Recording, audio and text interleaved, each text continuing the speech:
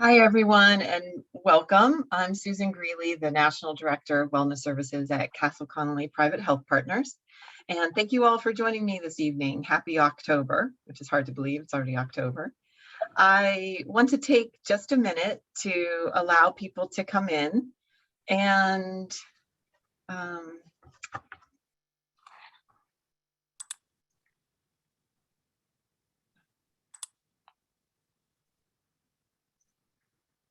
sorry, we're going to take a second. I'm removing, we have a few guests that we'll figure this out. Okay, so in any case, welcome everyone. I'm Susan Greeley, and as people are joining in, logging in this evening, I have just a couple reminders. I always like to say that my SENS Wellness Webinars are intended to educate and support all of our members, and it's with them that my goal is to truly inspire and empower everyone to make positive lifestyle choices on a daily basis and support your overall well-being.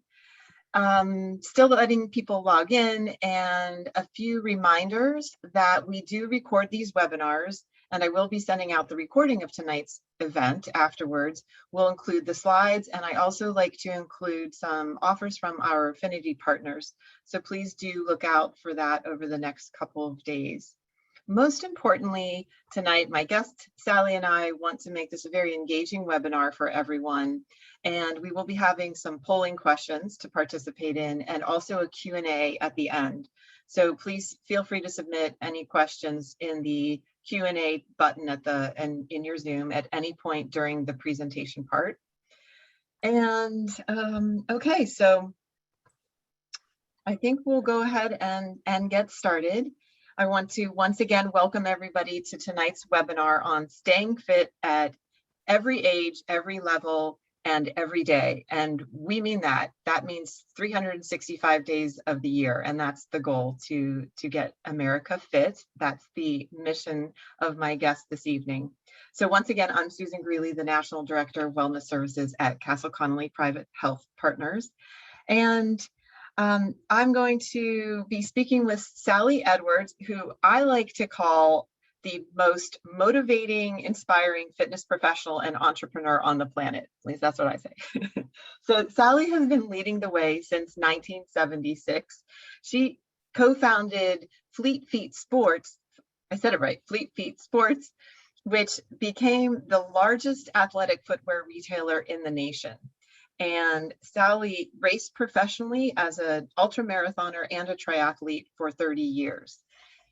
And Sally also wrote her first book on heart rate training. She's written many books on triathlons, heart rate training, school phys ed programs using wearable devices. And she was recently inducted into the Triathlon Hall of Fame. Sally is also an exercise scientist who is committed to her mission to get America fit. She has been driving that mission with her own company, Heart Zones, for the last 25 years. And with that, I really am truly honored to have Sally with me this evening. And I'm going to turn it over to you, Sally. Thank you. It's Susan. I sent out an email, invited some friends. And so there may be a little disruption. I apologize in advance for giving them an incorrect link.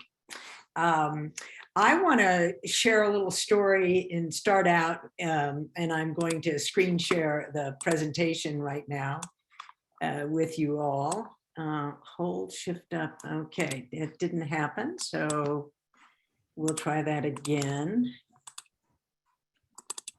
There we go. And this is the, hold on. This is the story of Susan and Sally, let's call it, and how we first met. And we first met at the Danskin Women's Triathlon. For 21 years, the Danskin Triathlon Series became the largest triathlon of any kind, men mixed, women only. It was 6 races. It was run by a woman named Maggie Sullivan. And the whole purpose of the Danskin Women's Triathlon was to empower women to get outside their comfort zone, take a little risk, get fit and healthy, and hopefully use that for the rest of their lives. And Susan, I think that kind of happened a little bit to you. So here is a picture of you finishing a triathlon in 3 different activities. It was a half-mile swim, a 12-mile bike, and a 5K 3.1-mile run. Can you share why you did this and how did it Absolutely. get started? Okay, I'm happy to share that story, Sally. And for everybody listening, I didn't know that Sally was going to necessarily turn things over to me tonight, but actually, no, I still take your lead. It's a really great story. I love how we met and how inspiring you are. So this photo is actually from 2007. And that is the day that I did meet Sally. So this is October. It is Breast Cancer Awareness Month. And I think a lot of people know that. And breast cancer affects, I think, everybody. All women worry about it, I'd say, on some level, or know somebody who's been touched by it, friends, family. And so it's part of my story, and I'll get emotional. The Danskin tribe, I believe, was in support of breast cancer. And so that was one of the key things that motivated me to get involved and do this. And I have a strong family history. My mom was going through breast cancer at the time. She has since passed from breast cancer, and I have sisters who've had it too. So that was my main motivation. And at the time, I'll say I was a much younger mother. Back in 2007, I had little kids, and I needed something to, you kind of lose yourself in motherhood a lot of times. And I had been a very fit and active person, and I wasn't. And so I needed that goal. And I bought a bike. I didn't even own a racing bike. I barely swam at the time, even though I was a swimmer in high school, but I really ran. So I was a runner, and that's about all I did. And I thought, okay, for my mom, for my family, for all women out there, for breast cancer research, I'm going to do this. And did you get help, support, training partners? Were you out by yourself? Oh, that's a great question. I didn't even think of that at the time. So I was the nutritionist at a local YMCA, and you start to talk to others about it. And I did end up getting a couple partners, and one is still a very close and dear friend of mine who even she herself went through breast cancer 2 years ago, ironically. And she's an amazing triathlete and an amazing swimmer. And she was such a huge support. And almost forgot about that. In general, though, I would train on my own, and that's either with her or on my own. And I didn't ever tell you this. That's when I first bought one of was it Polar, whatever, the heart monitor, and strapped it around me. And I really trained. Good. So we're going to go through this dialogue to kind of set up our webinar. 365 Fit is living like hell. Hell means healthy, active living. So what can we do in our lives to live a healthy and active life? And so it's about a number, and the number 365 that's how many days there are in a year. And every day, if you can make exercise a regular part of your routine, call it a habit, call it whatever, you can live this healthy, active living lifestyle. And one of the solutions is to get on your program, not somebody else's program, not some program you print off a web. And how do you get on a program that's 365 days a year where I'm doing something that's active and healthy for myself? And one of the things that tips that I have is don't let life get in the way of your health and fitness, is that things come up every day that interfere, and it's really hard to get on a track and get started. So Susan, this is a picture of you at the start of the swim. Can you share a little bit about what kind of program you were on then or now, and how do you, as a mom and working for a big corporation in New York, and how do you do it all? Sure. Okay, I'll interject there because it's real life and it's what I do. And our members who know me or work with me, that's a big part of my role is helping to help them set goals and get healthier. And so what do I do myself? Do I practice what I preach? Well, back then, the triathlon and having a goal was really key to getting me back into a fitness routine. and hello, one of Sally's friends. And so that was, again, at that point in my life. And what it did for me was show me how important that goal setting was and working towards it, but when it's over, what happens then? Well, practicing what I preach, I know all of the longevity studies and research, and a big part of, I personally would like to live a long, healthy, vibrant life. And that's what I like to show others. And human beings are not meant to be sedentary, and you have to prioritize it. And so finding daily ways to fit in activity and have fewer sedentary minutes is what I really, work to help people with, and even in my own life. And I don't think there's well, for a certain time during COVID, people may not have been sedentary. You were either one or the other. But in general, I think most of us became more sedentary based on circumstances. If you were commuting, and the New Yorkers, at least, who were walking to the office through the subway, all of a sudden they're in their apartment. For me, I'm home a lot. It's hard. Life does get in the way. COVID got in the way of most people's fitness routines, and they weren't going to gyms, right? Now they're starting to, and they're trying to regain that and build in daily, at least I hope, trying to rebuild those daily fitness routines. And so for me personally, I just prioritize that. I say that's, even if it's only 15 minutes, it sounds like not a lot, Sally, but I do preach this, that a little every day is better than once or twice a week trying to go out and kill yourself. So I hope that helps, but I don't want to take up all, the whole time. I want to have this conversation because it really Yeah. to relate. One of the things I found is that I wrote, don't let life. It's also don't let people get in your way. And maybe, you can comment that we have negative people that derail us from our fitness and health programs. And I speak often in front of large audiences, and I simply just say, ditch them. They're not your friends. How do you handle that interruption? That's a great question, Sally. I actually hadn't thought of it in those terms. People, may not like the answer. I'm with you. At this point in my life, I prioritize my health, number one, and family first. I have children and work and myself. And so I really limit things that, are negative in my life.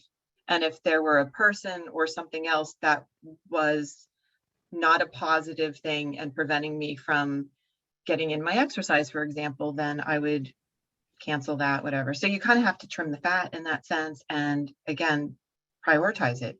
I'm not lonely in that sense, but that's important to me. I do make time for my own personal self-care. Good. And that's what being on a program means. A program is, to me, in my world, is a commitment. It has some detail to it. I coined the word cross-training in one of my early books that I wrote. And cross-training means variety in my workout. So one of the problems with programs is they get monotonous. It doesn't have enough diversity and change. So I really encourage that in your program that you incorporate, and I'm going to share 3 really big pieces of what should be in that program. And one of those is this word training. Exercise as a word has started to get kind of a negative connotation to it. Exercise means like pain and not fun and something I have to do, not I want to do. It's not about joy as much. It also means working out without a goal. And like you, Susan, I'm very goal oriented. So I have very much moved to the word training, because the difference between exercise and training is that in training, I'm training for getting healthier, getting fitter, or, getting my blood pressure down, or avoiding degenerative diseases. I've got things that I want to train for. And that's one of the reasons why I'm a big advocate of using a wearable of almost any kind. I call it the 3 M's. When you have some kind of a data device, it allows you to measure and monitor things and ultimately manage your program. So this is your new bicycle you bought for the Danskin. Can you speak just generally in terms of, you know, your training and in life and in health and fitness? Now or then? Now. I'll speak, I guess. That's a nice contrast. I'd be interested in that evolution. Yeah. So back then it was really training, monitoring and measuring. And I even made a little spreadsheet and tracked my training. And that now that you're bringing up these memories, that I emailed you photos and I didn't think anything about it. I love this. I call that my Ferrari. Someday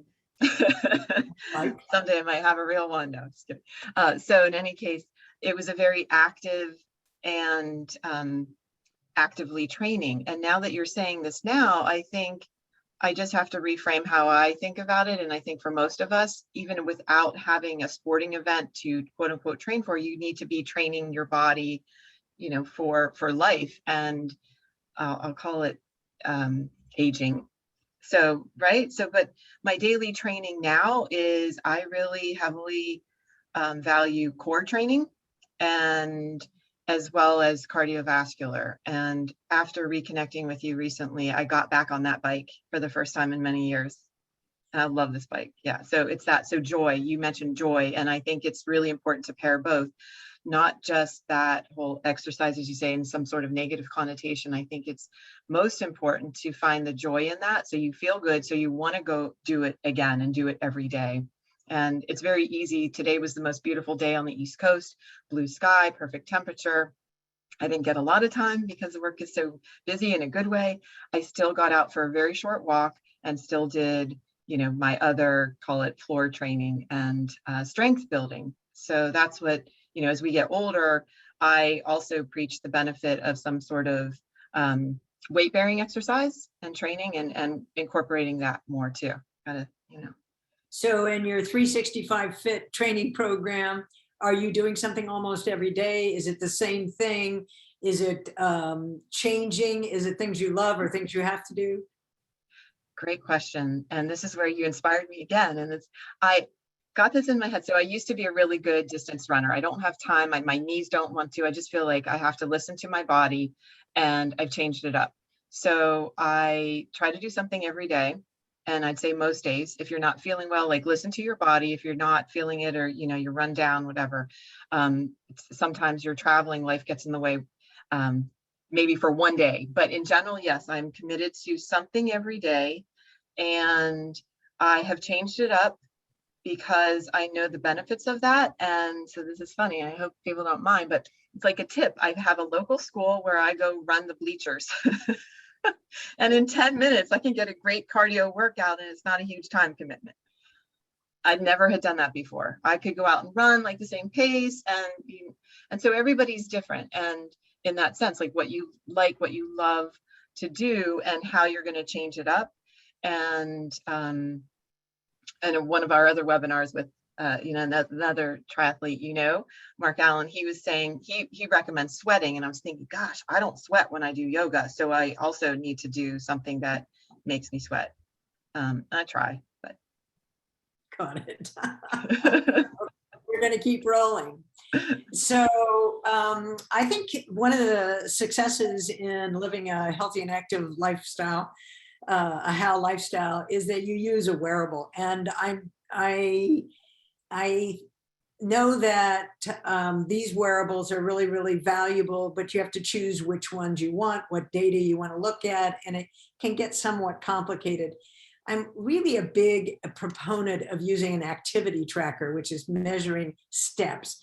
And they're really valuable because it means you moved. So the first thing is we want you to move. And the second thing is the heart rate monitor.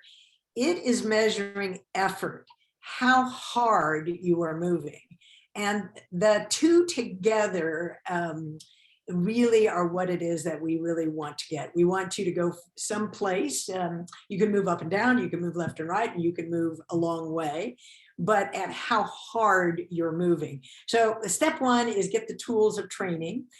There are a lot of tools for, if you are a cyclist like you, Susan, power meters, cadence meters, and things like that, cyclists are very data driven. And I'm a big believer that the more I know and the more I understand and the more knowledge I have, the better I'm going to do. And so the letters FIT in 365 is the number. It's every day.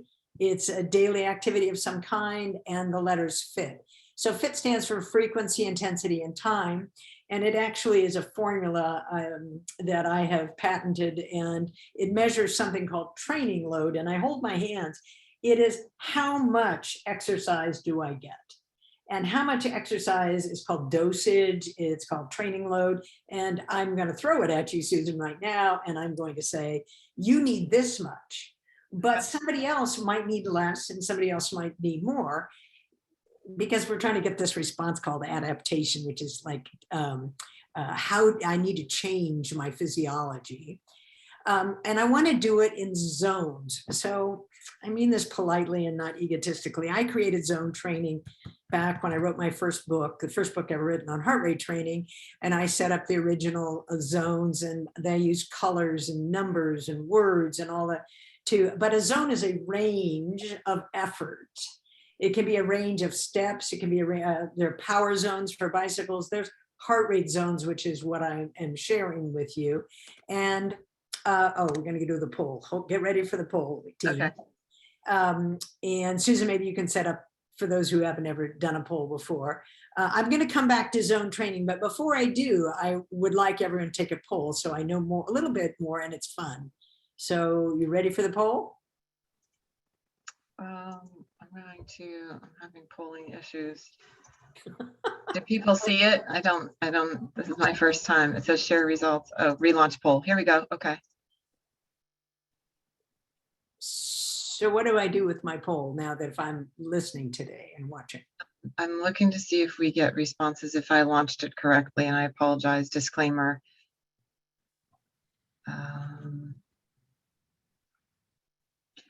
If somebody could put in the chat, do people see it? I don't see any.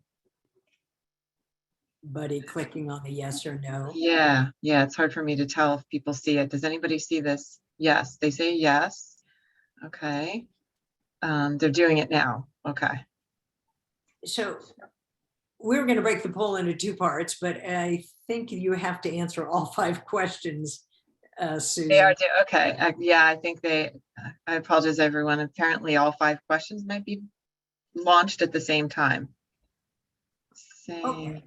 So the first question is, do you use a wearable device? That's pretty easy, yes or no. Of course, I want you to use one, but what are you doing today? Responses are coming in quickly now. So I'll give people a few more seconds. And then you'll see the responses, Sally. Okay. People time. Yeah, we have quite a few responses coming in now. And then thank you, everyone. I only see the first 3 questions, so I don't know how they're going to see question 4 and 5.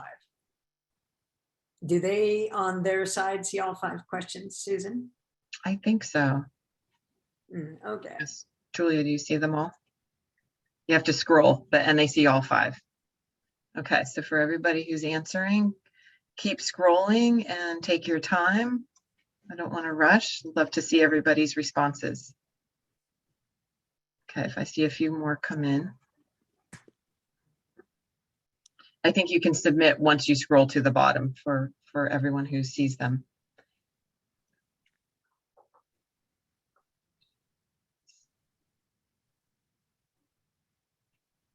And part of the reason I wrote the questions the way I wrote them is that I want you to think through your own information base and what you know. I'm about to explain zone training in just a minute. That's what's coming up. And I'm about to explain the 3 key parts of living a healthy and active life. Okay, so we have over 40 respondents so far. I'm about to end, but I don't want to cut people off, and I still see a lot of responses coming in. So bear with me, Sally. This is good. Yeah. And can you touch on the question, if you don't use a wearable device, about do the other questions apply to people? Yes, they kind of lead you into thinking about getting a wearable device. And when I got my first heart rate monitor, it was 1984. I had we'd started franchising Fleet Feet stores by 1984, and I wanted to do really well in the Olympic marathon trials. So in 1984 was the first time women were ever allowed to compete in the marathon distance, which is 26.2 miles. And I wanted to qualify to go to that. I knew I wasn't fast enough to be on the team because I was in my 30s at that point, and I'm 74 right now. Good job, everybody. So No, I'm sharing the results with you. Okay. Okay. I interrupted your story, though. I apologize. Okay. Because of the screen, I can't see all of the answers. I don't know who controls that. I can scroll down as you tell me, and I'll scroll down for you, I believe. Can you see? So 84% of you are using some kind of a wearable. Good job. We now have some kind of data. And the reason the data is good is it motivates and engages, and it's personal to our own physiology and our own fitness. And that you're using a heart rate monitor or a step counting device, that is even better. Somebody's measuring their sleep. That's good. That's the last thing I can read on them. And maybe Susan, you can read the rest of the results and share them. Sure. So do you see that if you use a wearable device, which best describes, so there's the most have an activity, the step counter. So they track 78% are tracking their steps, 56% use a heart rate monitor, 13% bicycle tracking, and then 13% sleep, 24 other. The next question was, do you know your personal and individual zone? 40% do. I'm impressed by that. And 60% no. Okay. If you know your zone, how do you apply, or do you know how to personally field test to make them more accurate? Heart rate zones, 40%, activity step tracking zones, 27%, 7% on bicycle, and 44% on other. If you can see that, I know you're writing it down. Do you want me to, do you see that? I'm taking notes on it. Excellent. And what is the goal for you using a wearable device? And it could be multiple: improved cardio, improved athletic performance, health improvement, weight loss, stress reduction, or other. And the answer is? Top is improving health and cardio. Okay. And of course, reducing stress. And I love seeing that as well, because that comes up a lot. And exercise, I think, is one of the best ways to, for people to process and reduce their stress, manage it. And weight loss was in there too, and athletic performance and other. Okay. Okay. Okay. Great. Thank you, everyone. Should I stop sharing that? Is that okay? Yeah. Okay. Okay, so I want to talk about the sum of three different parts. So you may think, and I just talked about wearables be used for cardio and health, which was our #1 polling result. But emotional fitness is really, really a key piece. And this is a zone training method that talks a lot about the safe zones, which is blue and green, and productive zones and performance. And I'm going to now, it didn't change. I'm going to move to the next slide, and it is not moving to the next slide. That my computer is not doing that. So, and I can't, that's not a good sign. So, at this point, this has been the way of the world. With our my company, Heart Zones, is a technology company, and I long time ago learned you just wait and it kind of fixes itself. Thinking that too. My router went out earlier today, and I thought, no, not today, please. Yeah, and my computer just froze up on this. Do you want to re-share your screen, like stop sharing and re-share? Yeah. So everybody, hold on. I will. will do that, but it doesn't, the mouse doesn't do that. And Sorry. stop video, I can do that. So let's see if that. No, the cursor won't go down to where it says stop share. I regret that that is happening at this moment. You can hear my computer complaining about that.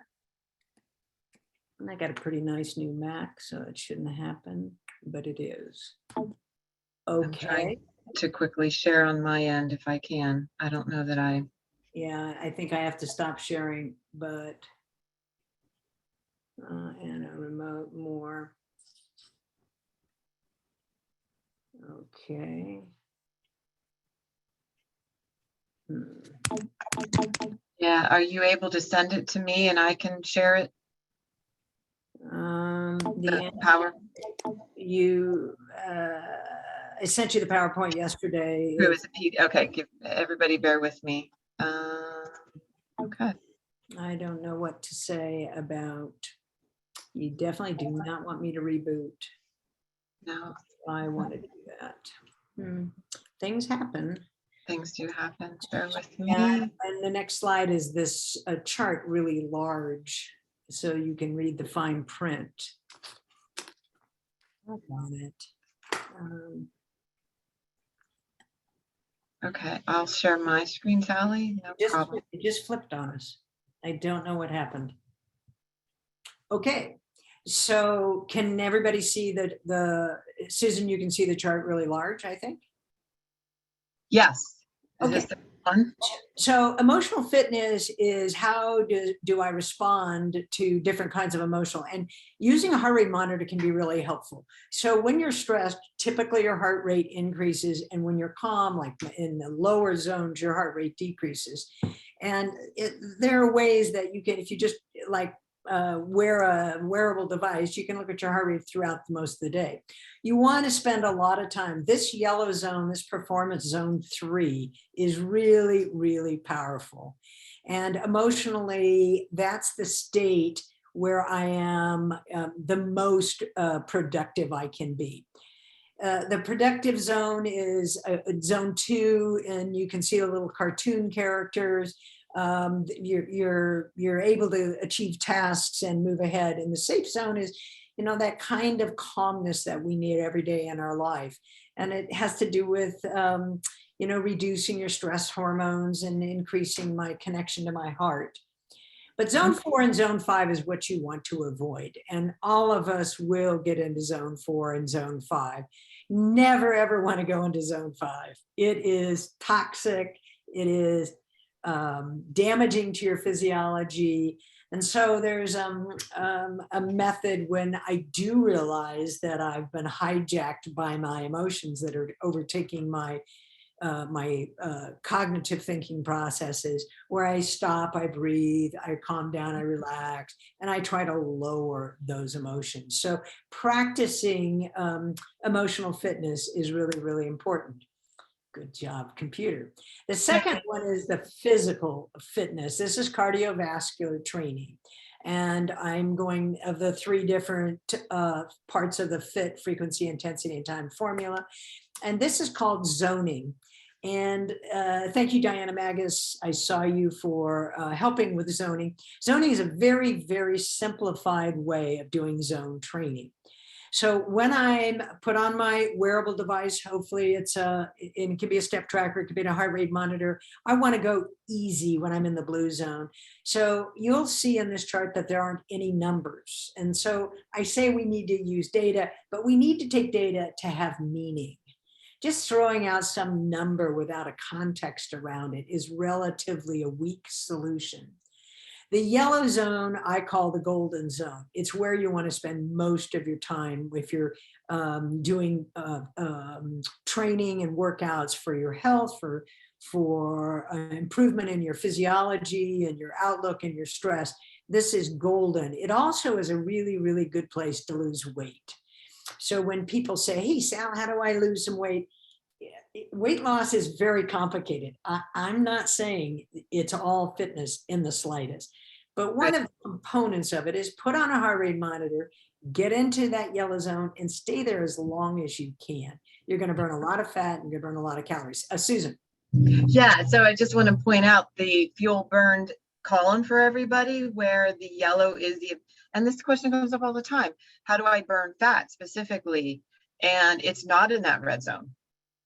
Correct. And that red zone is high intensity. It is hot. It is hard. It is painful.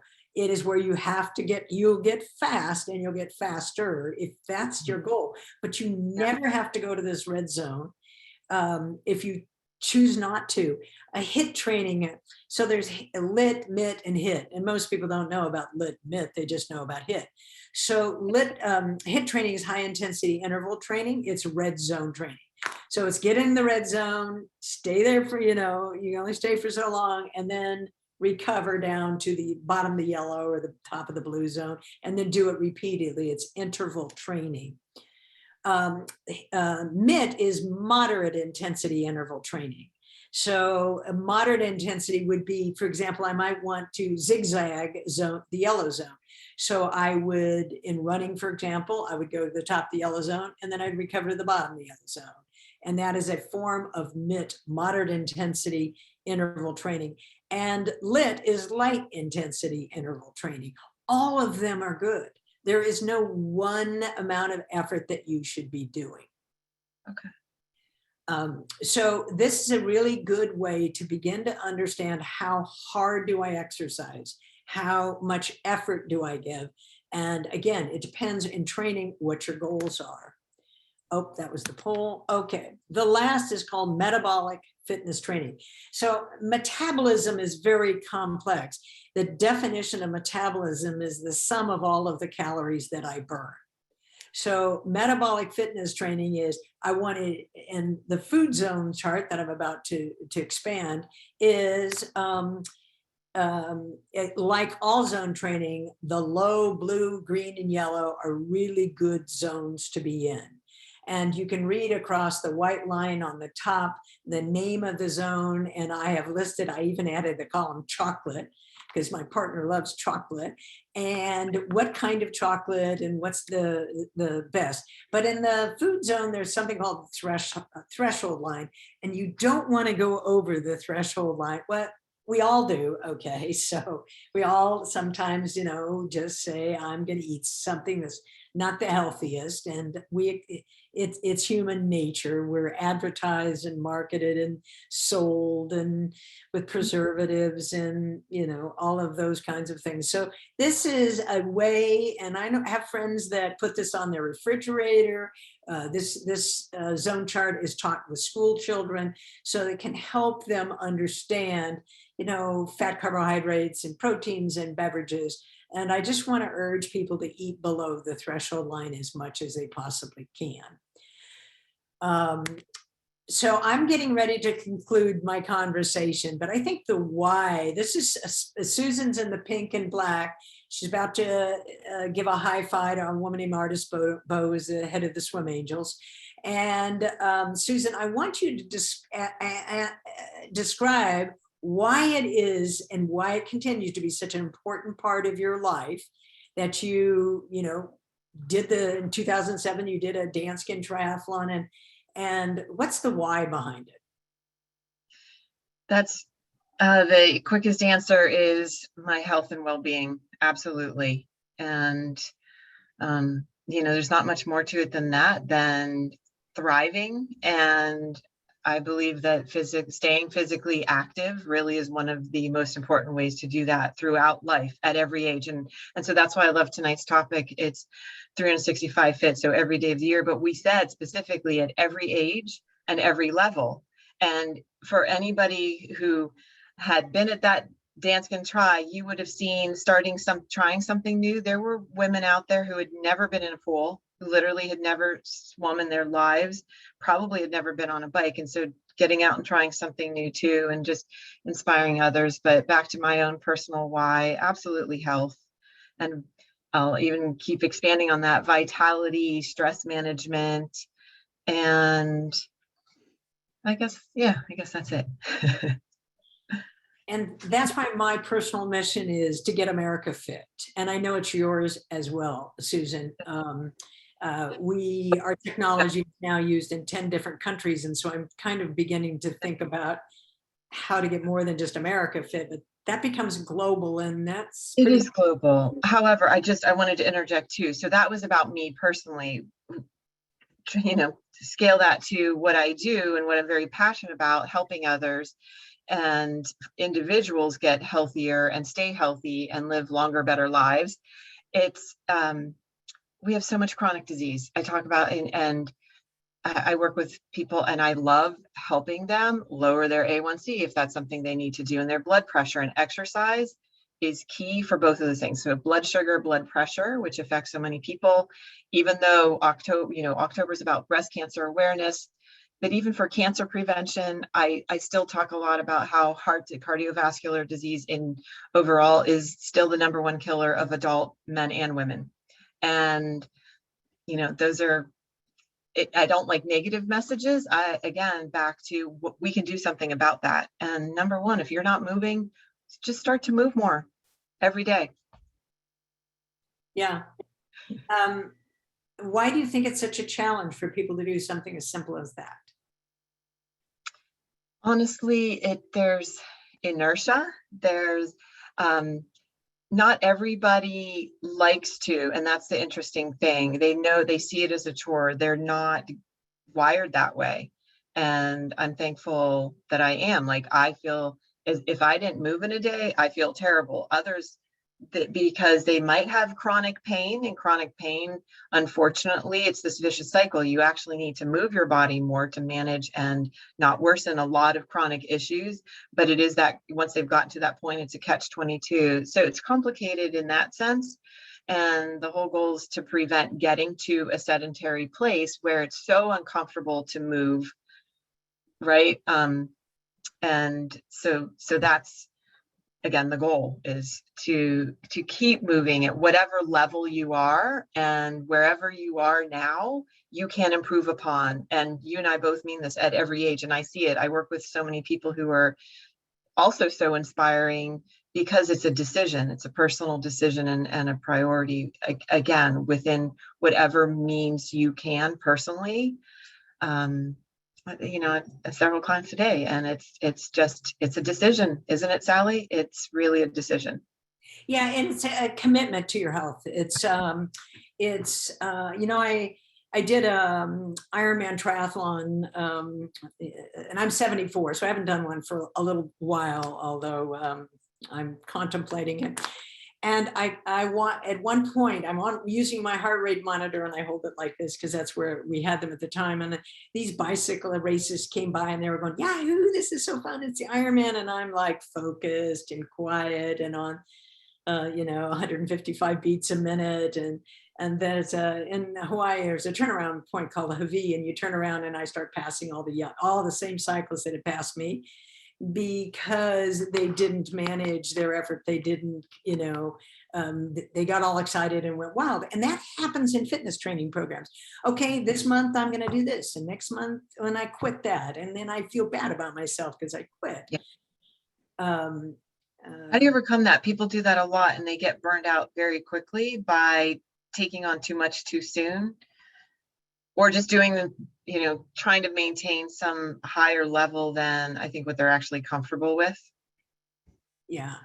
So that commitment, and then that management of a program that fits you is really these keys to it.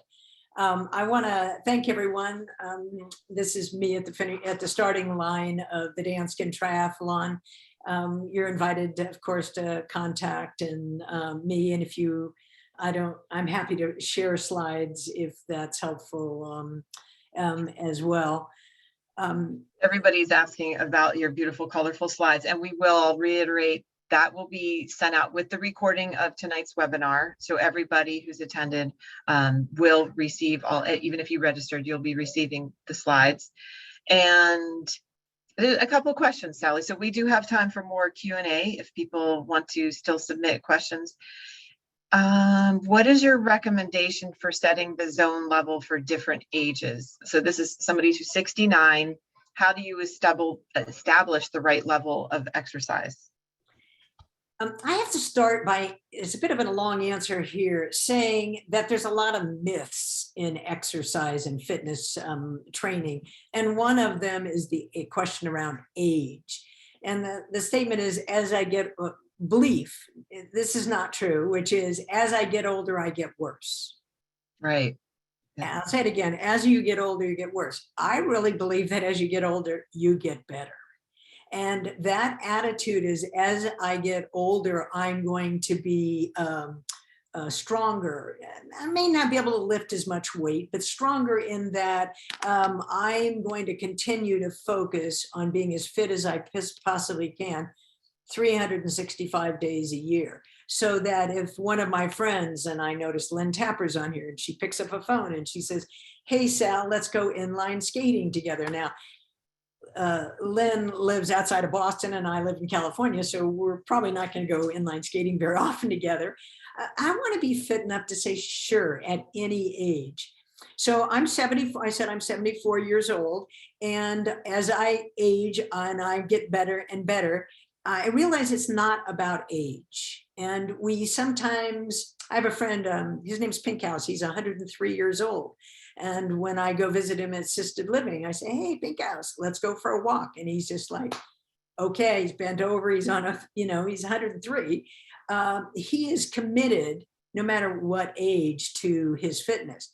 So zones do not have anything to do with, and that's a myth, is there's this formula 220 minus your age. Just realize it's useless. It was from some really bad data and thinking.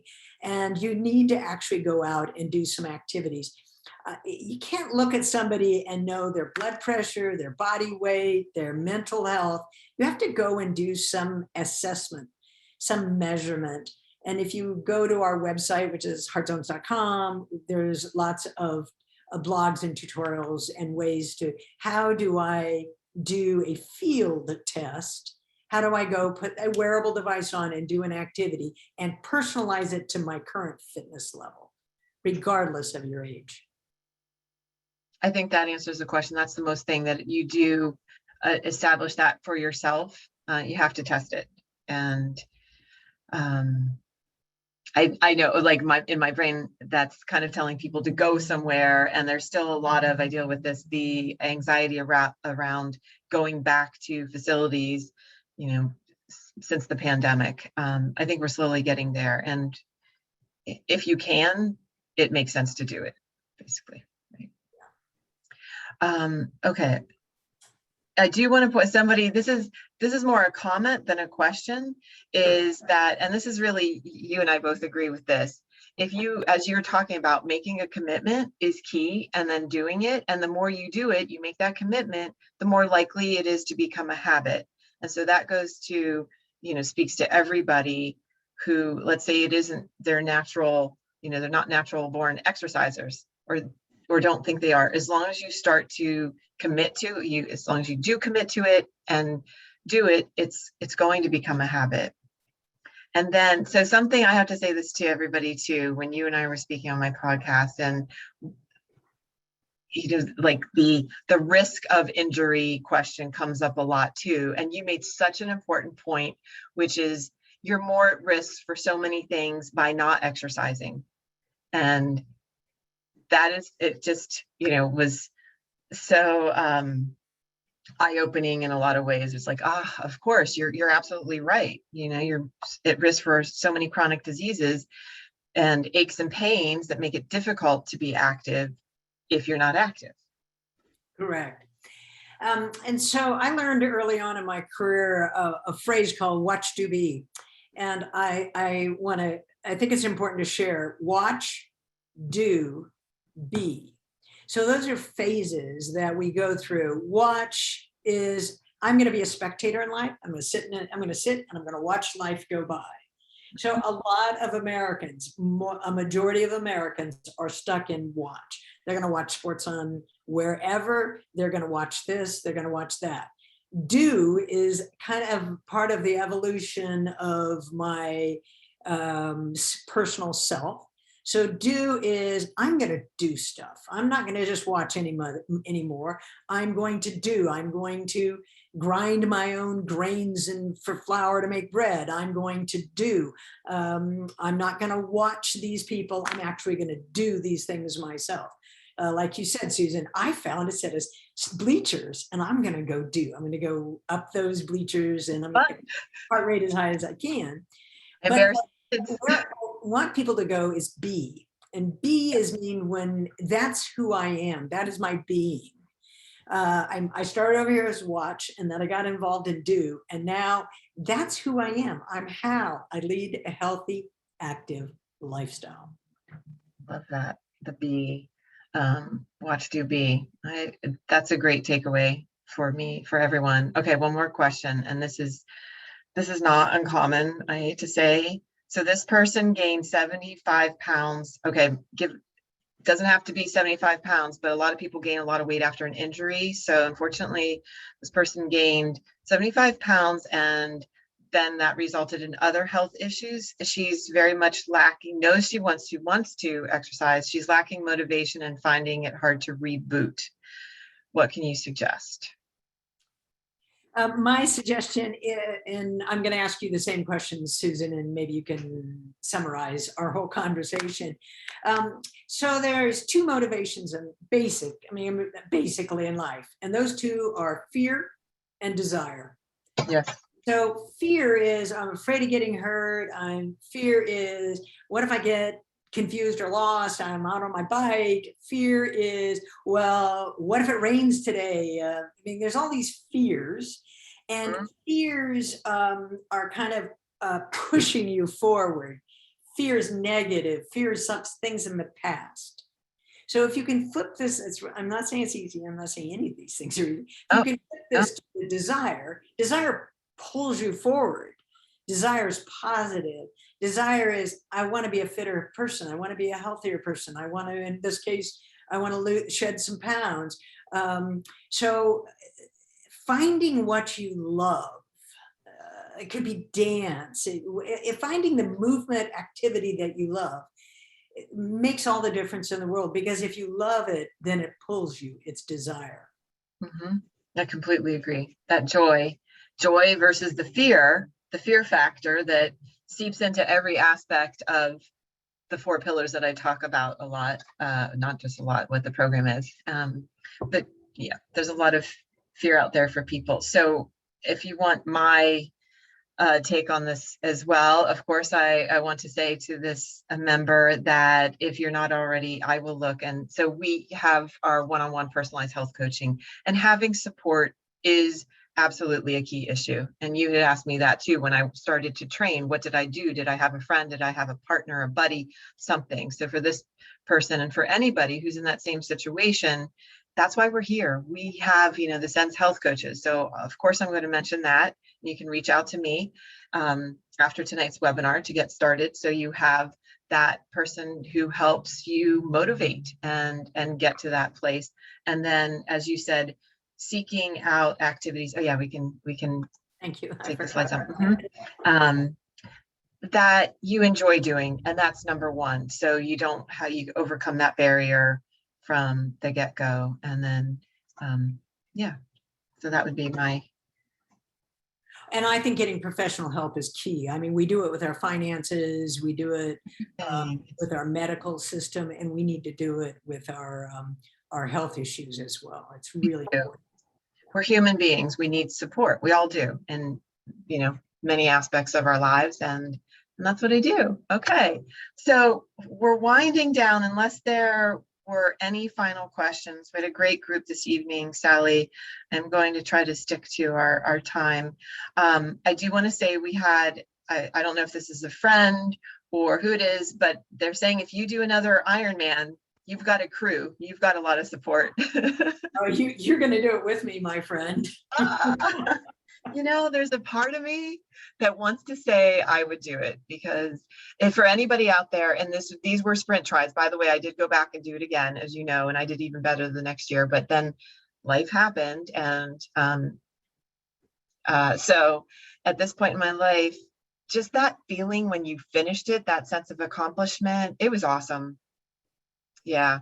Yeah, you talk about feelings, which is part of that emotional fitness. And when you cross the finish line, I don't know any food that tastes better than the feeling of fitness. Yes, I completely agree. Completely agree. It's awesome.